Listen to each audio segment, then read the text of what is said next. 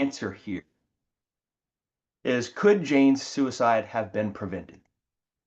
So let's do a little bit of background. I won't dive deep into this, just to kind of get you a little bit of an orientation. Suicide obviously is a really important public health concern. I think everyone recognizes how tragic suicide is. It's one of the leading causes of death in the United States. It ranks very high within the younger adult population and teen population. And as you know, when a person dies by suicide, it affects a really significant component or group of people outside of the person who actually has died, their family, their friends, society, their coworkers. And suicide is considered to have a blast radius. And if you have your own personal experience with suicide, so think about your own life. If I had asked for a show of hands, I bet that everyone here has someone that they've known personally who has died by suicide or who has tried to kill themselves. When this happens, it really affects people in a deep way. So 30 to 50% of all Americans know someone who's died by suicide, and for every suicide, 135 people are affected. So suicide is not just tragic because of the loss of life of the person who's died, but because of how many people it affects when it happens. Now, suicide is one of the most, perhaps the most preventable form of death, because if you think about the mechanism here, this is the decision of a person to take their life. So based off of that, we can consider this a preventable form of death. So when we try to figure out how we can and where we can intervene to prevent suicide-related deaths, we think about healthcare settings. And there's this really sentinel study done by Brian Amadani from Henry Ford Health System that really shows how important healthcare settings are. If you look at suicide decedents, people who have killed themselves, and you trace backwards whether they've encountered a healthcare setting and where those healthcare settings are, you'll see that approximately 83% of all patients who have died by suicide have had some kind of contact with the healthcare system before they've died. And most of the time, that contact with healthcare is not behavioral health. So these are medical settings. These are primary care, emergency departments, OBGYN settings. So most of the settings that people have come in contact with before they've died, in the year before they've died, and this is true also within the last month before they've died, are non-behavioral health settings. And what's more, in these non-behavioral health settings, when you look at the person's diagnoses, if you do chart reviews and look at what's going on, screening for mental health issues hasn't been completed. And if it has been completed, screening for suicide hasn't been part of that. So we often have things like the Edinburgh that are administered in clinical settings. So we're better at doing that, not great in many cases, but in some cases we're doing a lot better. But even when we administer standardized tools to screen for depression, for example, we often fail to do a good screening of suicide risk. And that shows up in these types of studies. So what I'm going to talk about today is the zero suicide framework. I'm going to focus on the zero suicide implementation at UMass Memorial Healthcare. So this is the healthcare system that I'm part of.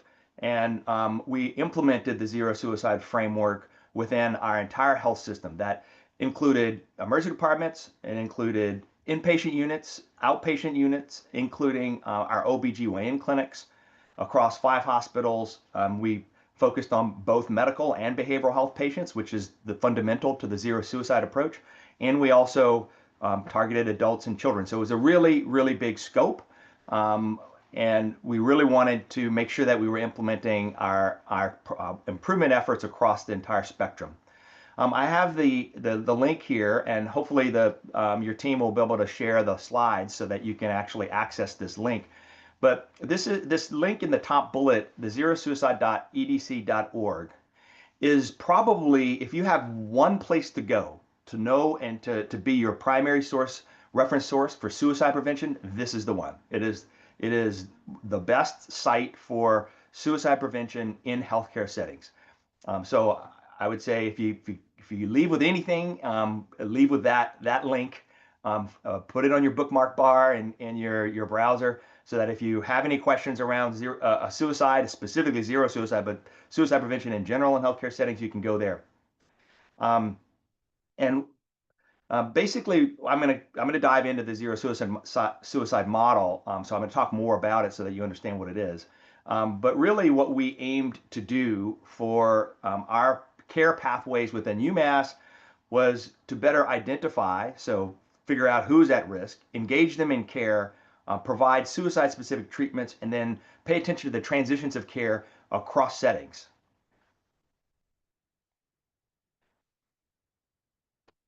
Phase one, we implemented in 6 emergency departments at 4 different hospitals. Phase two, we expanded to another hospital. We included their ED and a total of 34 inpatient units. And then phase three, we rolled out to 7 large outpatient clinics. This is all in central Massachusetts. UMass is the largest health system in central Massachusetts. And of those 7 large outpatient clinics, one was the OBGYN clinic, which is the primary OBGYN clinic for our system. The main providers and clinicians that we worked with were nurses, both psychiatric and general nurses, physicians, and mental health clinicians. There was a range of mental health clinicians, from licensed mental health clinicians to social workers to psychologists. We used the central hub approach. So this is important because if a system is trying to develop improved practices and the system is large, like your system is, you're gonna have to come up with a model that would allow you to be able to do the work across a whole bunch of different locations. So you're gonna have to have a central hub, kind of like a control or command and control center or a steering committee that basically organizes all the work that's going to be done at all your different sites, and then you'll have little teams associated with each of the sites that basically feed back up to the central hub. So this central hub and spoke design is a pretty common design for trying to do systems-based change, really across any type of problem. Suicide is just the example we're using here. The central hub and spoke design is the method we used. If you were just trying to improve your care at a particular clinic or a particular site, you probably wouldn't have to use this. This is mainly if you're trying to improve care or standardize care across a bunch of different sites in the health system. So what is the zero suicide model? There are 7 essential elements to the zero suicide model. 3 of them operate at the system level. So you see lead, train, and improve all operate at the system level. In other words, you're targeting the healthcare system itself, and this is infrastructure and support that has to be put into place at the system-based level in order to support improved patient care. And then these performance elements, identify, engage, treat, and transition, which I mentioned earlier, are at the patient level. So these 7 performance elements combined operate as the zero suicide framework. So let's talk a little bit more about what this includes. You'll notice here that I put suicide care pathways and protocols that span identify, engage, treat, and transition. So when you're building a suicide care pathway or protocol for your clinic, you're going to want to make sure that you're paying attention to from the beginning to the end. The beginning, of course, is identifying if a person has suicide risk. The end is transitioning them to other locations of care. So this might be if you're trying to engage them in behavioral health care, for example, or if the medical team has started the identification of the person, maybe you have integrated behavioral health. So this is transition to integrated behavioral health within your team. Or if you think the risk is high enough, and we'll talk a little bit more about how to determine that, then you might have to transition them to acute care, like making sure that they get into a crisis center or to an emergency department. So there's all the way from beginning to the transition is really important to consider in your suicide care pathway. So what do each one of these components look like? What did they look like at UMass? Well, the lead is pretty obvious what that means. It means that you really have to engage the leadership of the health system and the clinics, so leadership at every level. So leadership at the C-suite for the health system, all the way down to leadership of the actual units that you're working with. This leadership support can't just be moral support. If you ask any leader whether they are willing to support an effort to prevent suicide, they're going to say, oh yeah, we're way behind that, and that this definitely aligns with our mission. Suicide prevention is a good thing. Um, but that's not sufficient. That's important. You need that moral support, but it's not sufficient. In order to do a transformation like this, in order to do it right, you really have to have material support. You have to have time and money invested in the effort. And that has to come from the leadership. We'll talk a little bit more about exactly what that time and money is going to support as we move along. Train. Um, Training is always a challenge in healthcare settings where you're trying to train clinicians who are in practice. Training during medical school, residency, fellowship, because people are in a learner role, it's different. So the training that I'm talking about is the huge challenge is once people are out and practicing, it's very difficult to train people to do things differently.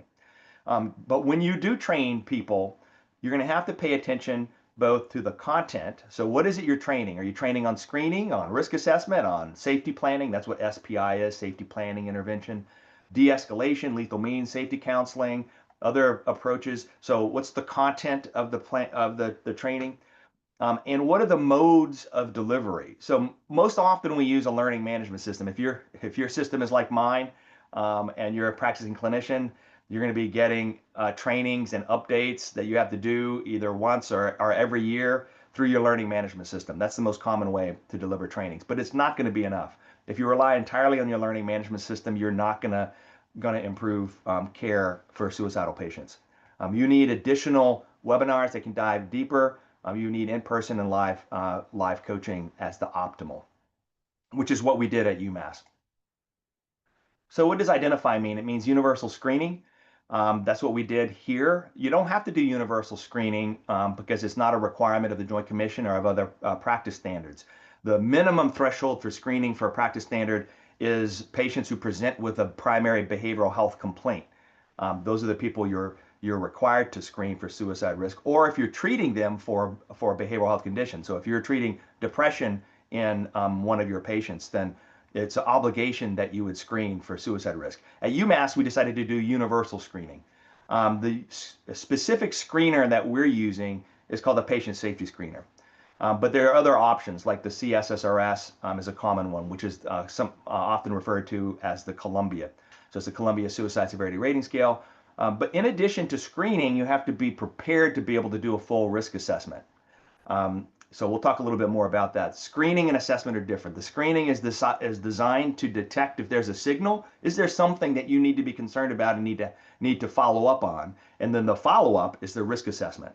And then we implemented this universal screening with this instrument, the patient safety screener, across all settings. And we developed electronic health record. So we use Epic. So we developed an entire care pathway support within the EHR to help to support the practices in the EDs, inpatient units, and outpatient clinics, including OBGYN. Engage. So once the person's identified and assessed and you understand where their risk level is, you really have to engage them in suicide-related care pathway. This typically includes, according to the Zero Suicide Model, safety planning. Safety planning we'll talk about a little bit more later, but of course it also should include lethal means safety counseling.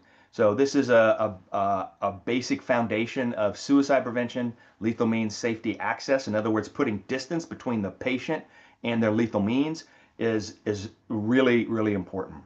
Even if you have only a limited amount of time, this is what you want to focus on. Treat. So typically in OBGYN settings, you're not going to really be treating suicide specifically unless you have integrated behavioral health and you have a behavioral health provider who's going to do it. So this treat component really applies mostly to behavioral health care.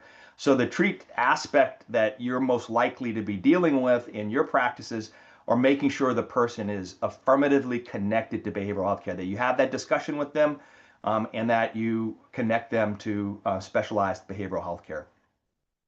And then transition, that looks like making sure the person doesn't fall through the cracks. As we all know, the health system is permeable. People fall through the cracks all the time. It's not just for mental health and suicide risk. People fall through the cracks for all kinds of other health problems, but especially mental health because of the access issues. People tend to fall through the cracks. So we have to pay attention to make sure that a suicidal patient doesn't fall through the cracks. We know that when they do, and behavioral health and other healthcare lapses occur, is a vulnerable period for people who have suicide risk. We also can use carrying contact letters, so you don't have to just do phone call follow-ups. There's a strategy with using postcards that has been shown to be helpful. And we also pay attention to the continuity within the electronic health record. I think you guys use Epic, so you probably use Epic across the system. So you really want to pay attention to how the suicide risk is conveyed across Epic, across settings. So if someone in the emergency department identifies the patient has had a suicide attempt and has screened the patient, and there's a reason that the person had, a suicide-related acute care visit, how is that communicated to the OBGYN and the rest of the team? You should know about that. So paying attention to how this is communicated and using the electronic health record, especially if you have an enterprise-wide electronic health record, to be able to facilitate that communication. And finally, a hallmark of this zero suicide framework is a continuous quality improvement approach. So CQI. We use lean as our CQI methodology because that's what our system uses. But essentially what it requires you to do is to do the plan, do, study, act, PDSA cycles, where you implement, you study whether or not it's working, you make adjustments, and you continue to do that until you've achieved your goals. So this improved component is really important. Most health systems, if they're trying to push something out, will just push it out, say, okay, we educated everybody, we told everybody what to do, and then they just move on. They really don't PDSA it. But for suicide-related care, it's complex, and there are a lot of opportunities for mishandling a patient with suicide risk. It's really important to approach this from a CQI process. It's not going to happen overnight, and it's going to take a while once you start to implement for you to perfect it. Okay, so that's the broad strokes of the zero suicide framework. That's the performance elements. That's a little bit more details about what each component looked like at UMass. So now we're going to talk about what happened when we actually tried to implement this across our large health system. So we started this, we had our baseline period in 2016, so nothing really happened there except for a lot of preparation. So baseline was our treatment as usual control group. It was the entire year of 2016. We had originally designed small teams that were going to work with individual units because we were using a research strategy called a stepped wedge design. So in a stepped wedge design, you take all of these units, like those first 6 EDs I talked about, and you randomly assign those units to a start date, and you have a gap between their start dates. So it looks like a stair step. That's why it's called a stepped wedge design. It's a way to do cluster randomized trials, and where you randomize by site or clinic rather than by patient or provider. And you do that whenever you want to test a system-based intervention, because if the system has to work, you have to train everybody to do something. It's very, very difficult to randomize at the patient or at the clinician level. So this is a strategy that has been used for cluster randomized trials. And the value of it is you can have certain clinics starting at particular times, but then all the clinics or all the units eventually get the intervention. So the whole system ends up changing. So this was our original design. And to do that, we built these small teams that were comprised of leadership and people from those units, and we assigned a start date, and we started to work with those individuals, and then they would do their PDSA cycles and they would implement in their specific unit, and then we, 6 months later we would start another one, and the 6 months later we start another one. So that was our initial approach. This is what we had proposed to the NIH. During that time, what we did with those small teams is that we worked on mapping their current state, building a future state, building the electronic health record tools that would support the transition to that future state, and then we implemented it at the unit level. So we implemented it at 2 emergency departments, and then we would implement it at 2 different emergency departments, and those protocols might look slightly different because we were trying to tailor it to the specific units. Well, we did a lot of work for this. An enormous amount of work, and we were only making modest progress. It wasn't, a complete failure, but it wasn't a smashing success. It was a lot of work. There was not nearly as much buy-in as would have been necessary to really amp up the level to a real high performance. But then something happened in our system that changed everything. One of our hospitals failed their Joint Commission visit because of their suicide-related protocols. And this was one of the hospitals that we were already working with to improve their protocols. And the failures that happened, that the Joint Commission observed, completely independent of our team, were exactly the things that our team had identified needed to be improved. So once this Joint Commission failure happened, and this was a pretty dramatic event because the reviewer came in and said, you're failing at keeping people safe, and you're going to get an immediate threat to life sanction, which means that the hospital was in really serious, at really serious risk for basically getting their Joint Commission accreditation yanked. And if any of you know what that means, if you don't know what that means, it's a really big deal. It means that the hospital without the Joint Commission Joint Commission accreditation would probably fail. So this was a really serious thing. Within 8 hours, they implemented everything that we had been working on for 3 years.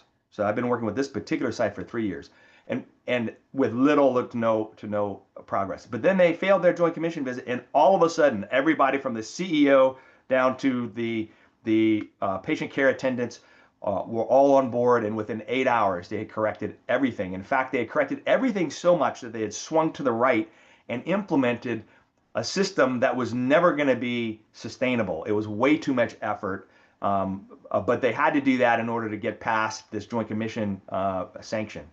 So I think the other thing that happened that was really important is when this one hospital failed, the entire health system, all the way to the CEO and president of the entire health system, said, well, we really need to pay attention to this, because if this hospital failed, the next time they come to another one of our hospitals, that hospital is going to fail too. This is really a big deal.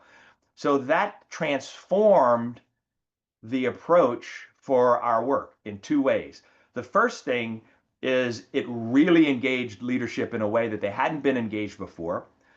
The leadership of the health system created a new steering committee that actually had authority. Before that, our steering committee was acting more as a consultation and practice facilitation organization.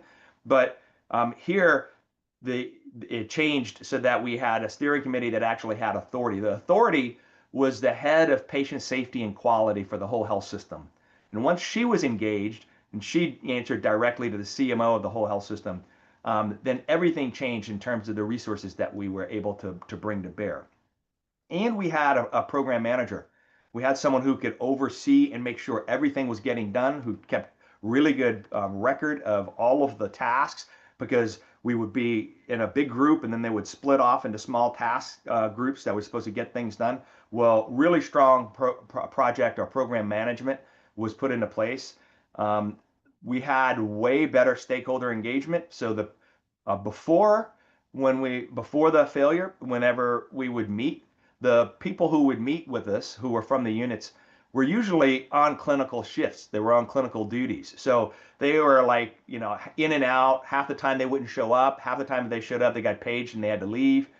But in the second phase of the project, that wasn't true. They were coming in, they would get backup for their clinical duties so they could stay in the meetings.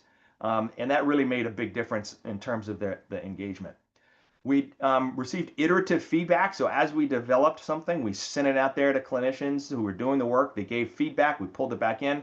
We implemented multimodal training, what I mentioned earlier, not just the learning management system, but we went all the way to being able to audit performance in real time and give feedback with coaches, with audit coaches. And we developed a whole suite of Epic tools, all of which were integrated way better than we were doing before. So in this case, we had lots of effort. I don't know that we were putting forth all that much effort in phase 2 than phase 1, but it led to transformative progress. So it was a completely different experience, but it also ruined our step wedge design. So this is a lesson in implementation science here.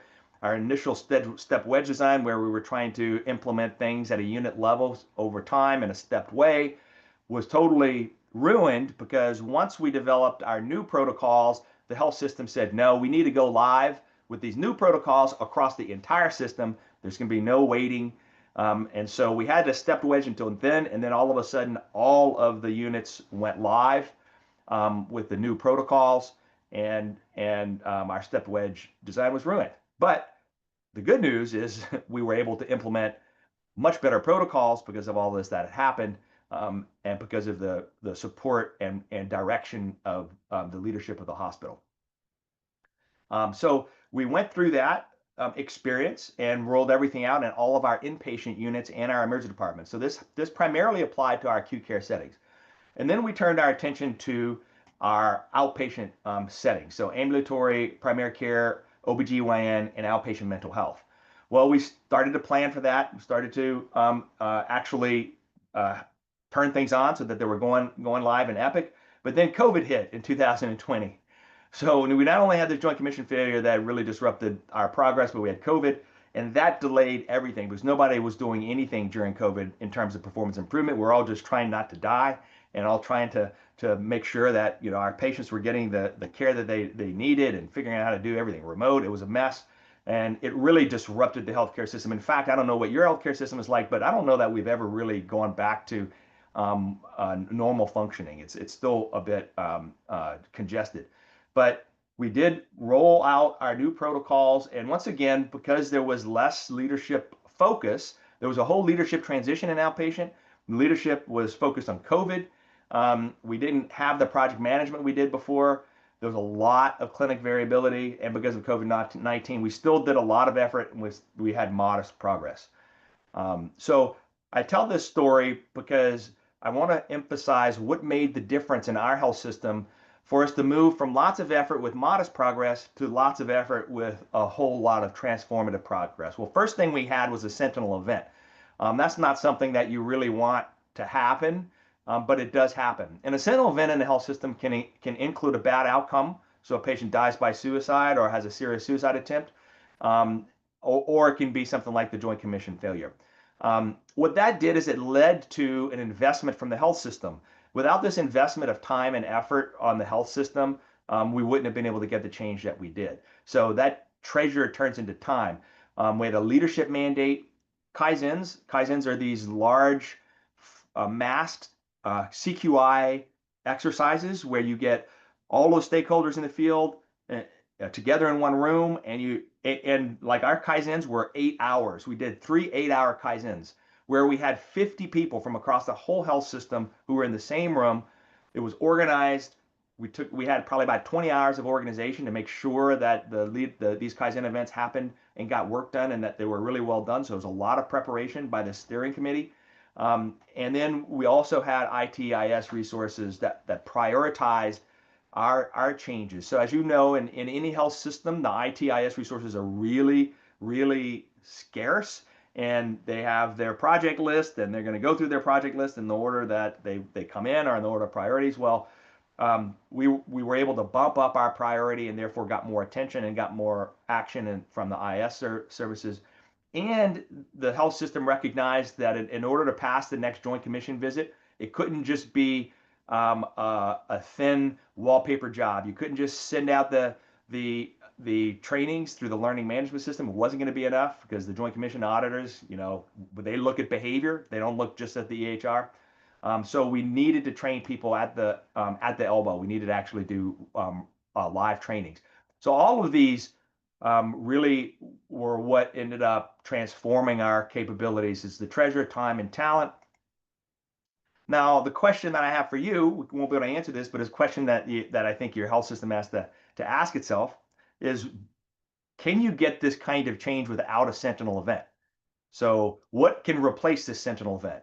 Is it a champion? Is it a conversation and planning in the budget for funds that are devoted to improving your suicide-related care?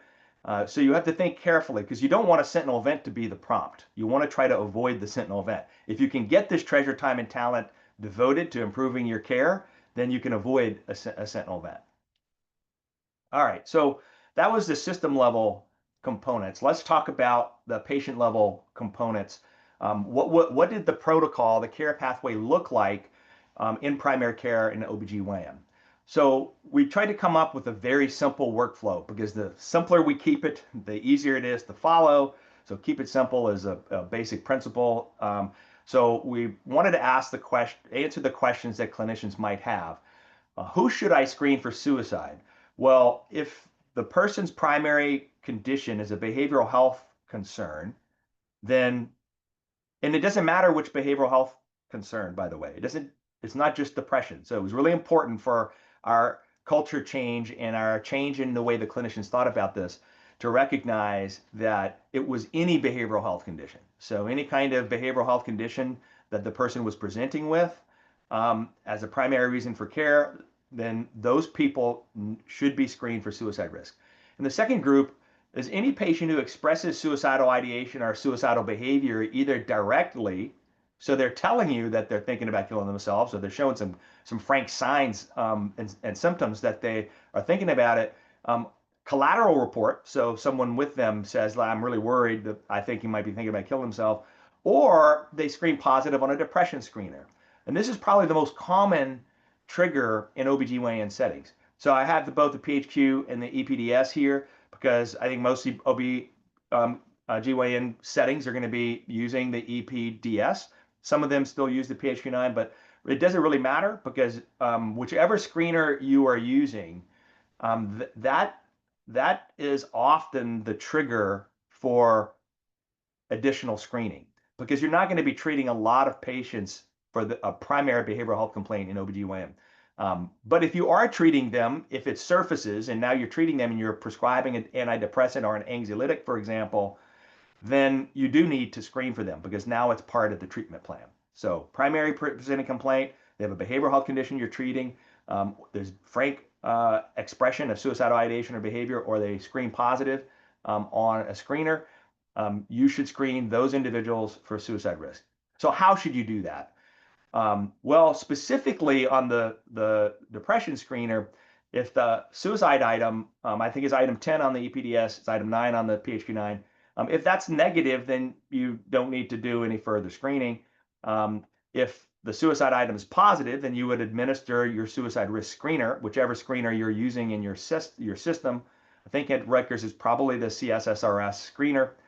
Or you could skip the depression screening, or if you didn't do it and you're concerned, you just go straight to the suicide risk screener. And it should be available in your EHR so that you can go straight to it. And you can screen verbally or paper and pencil, meaning you can ask the questions or you could administer the instrument as a paper and pencil assessment. So there's been a lot of questions around this. There are a bunch of standardized instruments. And the general consensus is that verbal is probably better and more consistent with what most people's practices are, but you can turn the screener, like the CSSRS, into a paper and pencil screener, and people complete it paper and pencil. I say paper and pencil, it could also be in your patient portal, it could be electronic. In other words, self-report rather than a verbal screener by a clinician. So what should I do after I screen? So now you've done the screening, you got the results, what should you do? Well, the suicide risk screener will give you a risk strata. If you're using the CSSRS, it'll give you negligible, mild or low risk, moderate or high risk. So you need to use the strata or the risk level to guide what you do next. If the person is mild or higher, you want to confirm the patient and their primary contact information. In other words, you want to make sure you have good contact information for this patient because if they screened positive, you're going to want that information in case you need to act on it. So that's why this is the first action item on this list, is to make sure you have their accurate contact information. So if they leave or you want to call someone, you know you have the right information. And then you follow your care pathway, whatever your care pathway is associated with that strata. And we have separated our guidance out for medical versus behavioral health providers.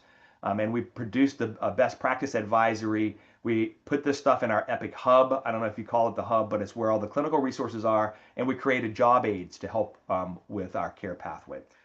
So just as a review for who should I screen, there's an asterisk here that I wanted to point out, is you do have to screen all new behavioral health patients. If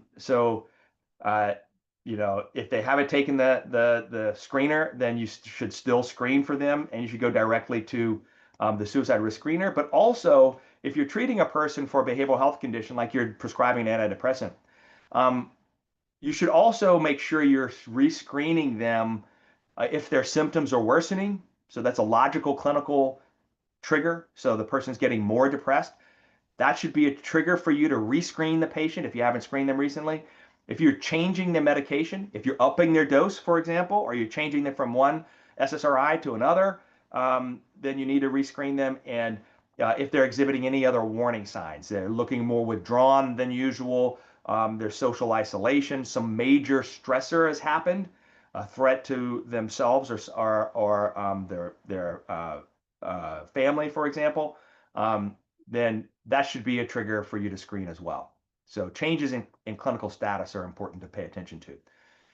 So the EPDS, item 10. So this is the screener that is most often going to be used as your first line screener because it's part of the EPDS, and I'm confident that you guys are using this pretty regularly.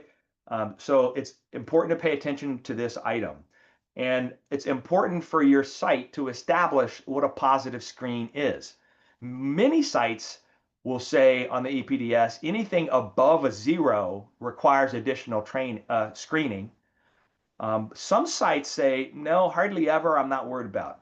So it's going to be a 2 or a 3 that we're going to do additional screening. So your system has to make a decision as to what the threshold is going to be that says if it's above this on item 10, then we need to do our additional screening. We did basically anything above a 0. So if the person is a 1 or higher, we do the suicide risk screening. What does that look like? Our suicide risk screening is this one. So it's over the past 2 weeks, have you felt down, depressed, or hopeless? That's the depression segue. This is also the first item in the PHQ-9, if you recognize it, or the second item. So this item is basically to help get us into the screening. But then the real part of the screener is over the past 2 weeks, have you had thoughts of killing yourself? Have you ever attempted to kill yourself? If so, then when was the last attempt? For our screener, it's a yes here, or a suicide attempt in the past 6 months is a positive on this screening. You'll have to figure out what the positive is on yours. If it's a CSSRS, then the positive is much lower. Positive on the CSSRS is any passive suicidal ideation. In other words, not just, yes, I've been thinking about killing myself, but yes, I wish I could go to sleep and not wake up. I've just kind of given up on life. That's a positive on the CSSRS, as well as any lifetime attempt. If the person has ever tried to kill themselves, that's a positive on the CSSRS. So the CSSRS threshold for a positive is much lower than the instrument that we use. So what are the strategies for making sure that these kinds of screeners are being applied? So of course you can make sure that the screener is in your electronic health record. So you want the electronic health record to have the screener in it. You want to be able to train people on how to use it. You want your policy and procedure to be very specific and precise. And then you want to do auditing and feedback to make sure people are using the instrument correctly. The most common error that people make or lack of fidelity to screening is they start the screener, and if a person is not thinking about killing themselves, then they don't ask the suicide behavior item. In this case, they would ask question 2, and they would just skip question 3 if the person was a no. That's the most common lack of fidelity in medical settings. And I encourage you to make sure you pay attention to that if you're reviewing these, because the suicide behavior item is just as important as the suicidal ideation item. It's probably more important. So don't skip the behavior item. In our system, if the person is positive on the suicide, those items I just showed, we do an additional secondary screener that automatically drops down. It's programmed into Epic to be branched. So if there's a yes, then these other items have to be asked. And once these other items are asked, then we actually get a straight up negligible, mild, moderate, or high risk. It's important when you do a screening to use all the data available, not just the patient's self-report, but collateral information, medical record review, current observations. So if a person says they're not suicidal, like they haven't been thinking about killing themselves, but you have collateral report, for example, that they have been, or you have a previous ED visit in their record that shows that they were thinking about killing themselves, you need to dive deeper and you need to use that information as part of your screener. So it can't be solely based off of the patient's self-report. You really should try to look at the other information that you have, because there will be times where people who are suicidal will tell you no because they don't want the consequences associated with saying yes, and then they actually go out and kill themselves. So you do have to be cognizant that the screening is more than just asking the questions, is also behavioral observation, record review to make sure that there's no other really obvious risk sign, and collateral report when it's available. So some basic components to consider whenever you're thinking about your care pathway. Not all of your patients who screen positive need to be sent to the ED. So that's a very common practice in outpatient settings because people don't feel comfortable or familiar with what to do if the person is positive and they send them to the ED. The ED is not a good place for suicidal patients unless they're of imminent risk, unless we really need to urgently act to prevent them from killing themselves. So I work in an emergency department. I've worked in EDs most of my career, and I can tell you that it's way better to try to get a person who has suicide risk, especially if they're not at the highest risk level, to engage in outpatient behavioral health crisis centers. So most states now have crisis centers or community behavioral health centers, CBHCs. It's way better to try to direct them to a non-ED crisis setting than it is to put them in an emergency department. So that's one. If you think about, if you remember, one basic principle here is try to get your suicidal patients somewhere else than the ED if you can. If you don't know what resources are available, then you should find out. Your clinic should have a list of resources, and that should be available in your electronic health record. For example, in our pathway, the first action for our risk is not to send them to the ED, it's actually to call the crisis center that covers the region that that clinic is in. And each of the clinics were tasked with finding out what that crisis center is, what the resources were for patients in their community so they could send them there before they send them to the ED. Sometimes you have the capability to have a full same-day behavioral health evaluation. That's ideal. So in integrated practices, if you have a behavioral health provider who's there and can do a behavioral health evaluation on the day that you identify the person, then that's obviously way preferable to sending them to the ED and is much preferred by patients. You will have to put in one-to-one monitoring. You have to think about this. If you identify a patient, let's say the screening is done by your medical office assistant or someone else, and they just discover the person's at high risk, then you have to figure out, is the person going to be left in the room alone? How are you going to make sure someone else can come in to observe the patient so they're not left alone? Clinics will struggle with this aspect because it's not always easy, but you do have to think about it. But I think you only have to think about it for the patients who are at the highest risk, which is going to be very rare in OBGYN settings. Then you have to consider other safety precautions that might be necessary in your clinic.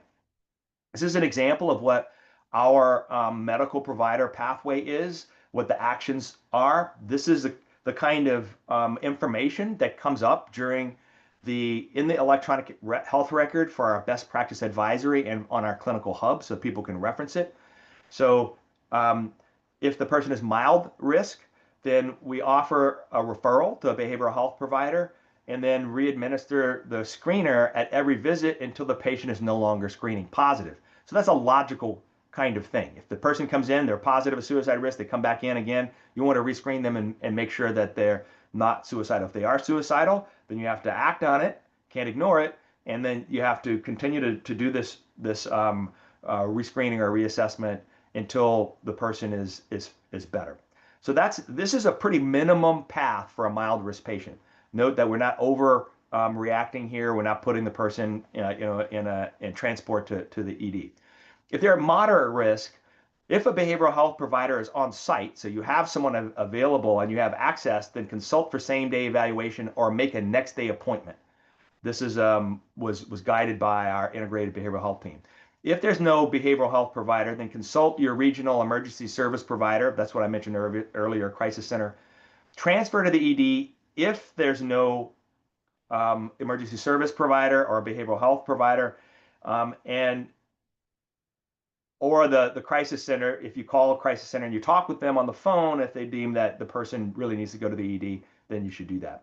And then, of course, you re-administer the screener at every visit until the person is no longer positive. And then high risk, you don't want to leave the patient alone. You want to ensure the immediate environment is safe, and consider the following actions. Basically, they're the same as the moderate risk. So engage your behavioral health provider. If not, consult. Engaging security or police per your clinic protocol. If you don't have a protocol, you should develop one because you'll need to know what to do in this case. Because if the person is at really high risk, you're going to have to try to figure out how you're going to prevent the person from leaving, or at least discourage them from leaving. And then transfer to the ED if it's deemed necessary. In high risk patients, you probably most of the time are going to try to get them into a crisis center or an emergency department. But you don't really have to do that for the mild and moderate risk patients. I'm not going to review this one. This is our separate pathway for behavioral health providers. So I won't dive into this because it's probably not as germane. Then what we do in terms of our full risk assessment, this is relevant to the behavioral health provider, so I'll cover it only briefly. That screening component that helps to decide what the next steps are when they get engaged with behavioral health, they have to have a full risk assessment. And your behavioral health providers who work within your clinics really should be using an evidence-based process because that's what the Joint Commission and best practice standards recommend. We use the CSSRS. It's a different version than the screener. It's called the risk assessment version.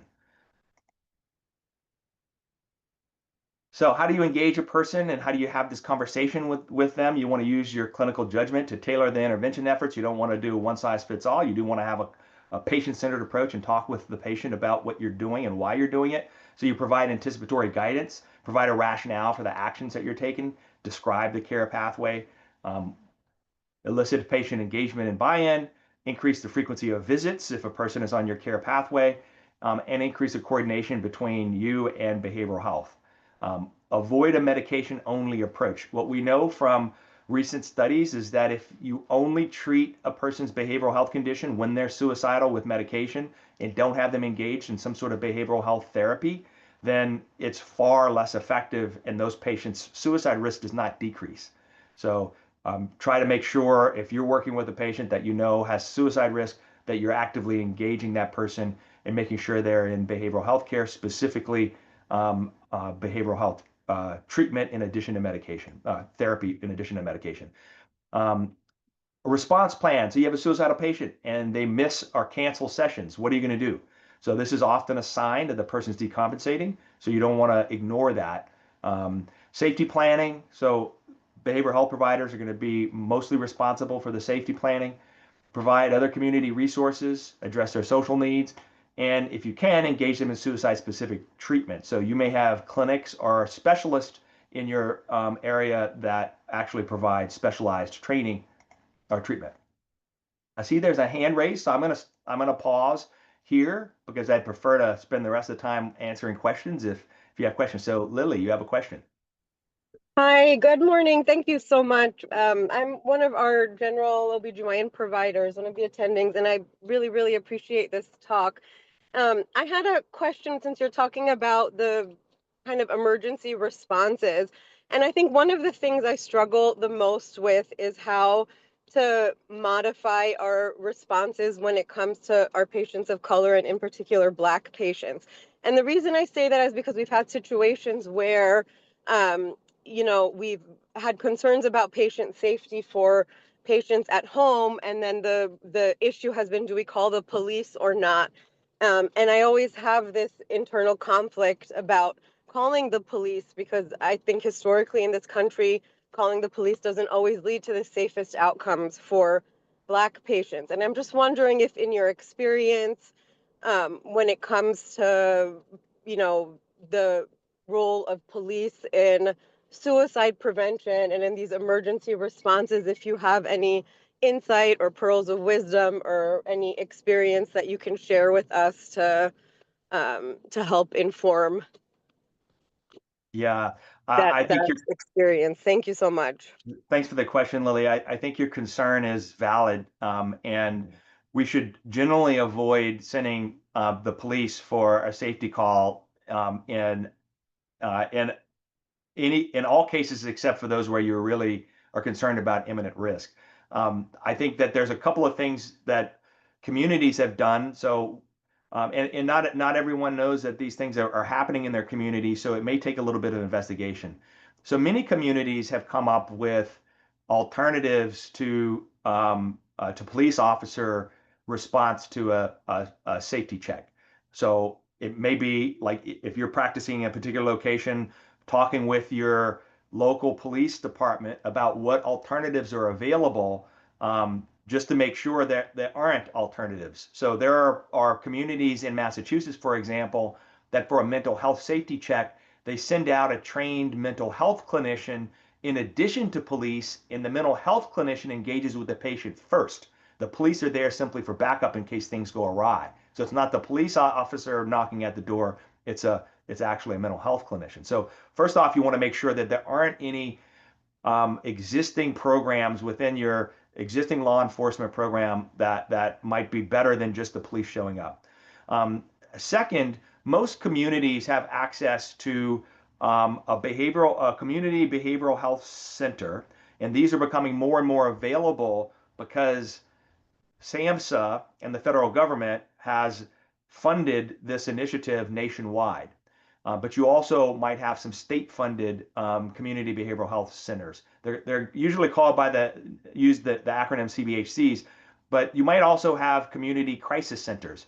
So I would say identify if there is such a behavioral health center and if there is such a crisis center in your region, and have a conversation with them about your concern and about whether or not you can actually access their services.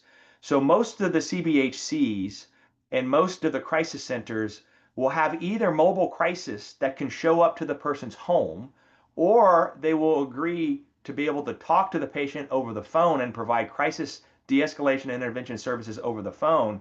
And then if they warrant that a police response is required, then they will send the police. But all of our evidence from these responses from crisis centers and from CBHCs, when we look at it across the country, the amount of times that police are dispatched after an engagement with a crisis center is minuscule. It's really, really small. And it's only in the most dire circumstances where the crisis center is like, okay, if we don't send someone out immediately, this person's going to kill themselves. And that's just a small, small proportion of people who are in crisis. So that's my second advice is see what community-based resources. I know it takes effort and takes work to do these things, so that's unfortunate. But if you're seriously concerned about it, it's the best approach, I think, to try to mitigate the potential negative response. The third thing is, which is the outside thing, is making sure you're working with, there are often coalitions within a community that are working with the police to upskill their ability to be able to respond to mental health calls.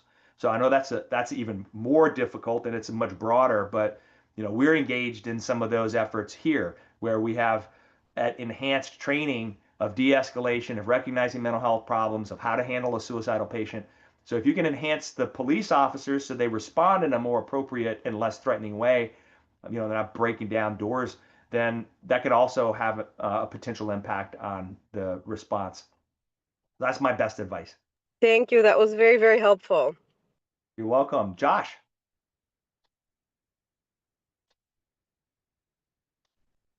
Josh, I see your hand is raised, but I think you're on mute. Yeah, hi, sorry about that. No, excellent talk. My biggest problem is I find that if you get a positive suicide screen, we use a PHQ-9 and the GAD-7 in the office is mandated. Everyone gets screened. So what I find is the problem is when you get a positive screen, that's a sentinel event. That's a sentinel event already. You've already missed like the depression, the anxiety, and all the other crap that patient's been dealing with for years. Usually, it's usually not an acute issue. It's usually something that's been developing.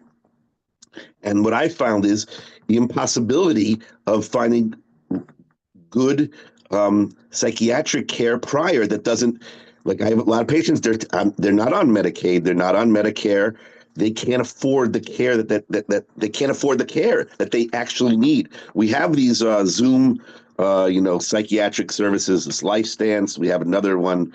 They keep bombarding us with options, but I don't think people can afford. insurance still doesn't recognize it. That's the biggest problem. Am I Right. crazy? No, no, Josh, you're right on the money.